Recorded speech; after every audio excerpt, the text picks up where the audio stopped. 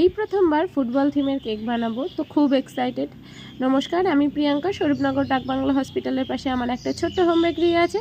তোমরা এখানে কেক এবং কুকিজ পেয়ে যাবে। অর্ডারটা হুট করেই আসে। আমি ছিলাম বাপের বাড়িতে, বাপের বাড়ি থেকে বাড়িতে এসে ড্রেসটা চেঞ্জ করেই আমি কিন্তু কেকে ক্রিম কোট করতে বসে গিয়েছি। স্পঞ্জটা তার আগেই তৈরি করেছি, ওটা আর ভিডিও করা হয়নি, যেহেতু এসে পারি আমি তাড়াহুড়ো করছিলাম। পরের দিন সকালে কেকটা যেহেতু নেবে, তাই আর আমার ওটা করতে মনে নেই। আর দেখো, কেক করতে করতে অনেক কিছু আমার ভুল হয়ে গেছে। মা ফোন করেছিল, আমি মাকে বলছিলাম আমি বাড়ি পৌঁছে গেছি এবং আমি কেক মানে শুরু করে দিয়েছি কেক বানানো।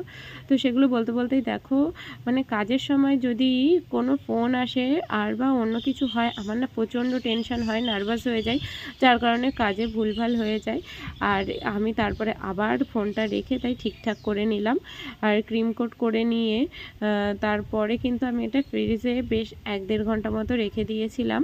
তার মধ্যে আমি আমার বাড়ির যে অন্য কাজ ছিল সেগুলো কমপ্লিট করেছিলাম। আর আজকে কিন্তু ক্রিমগুলো করতে আমার বরই আমাকে সাহায্য করেছিল।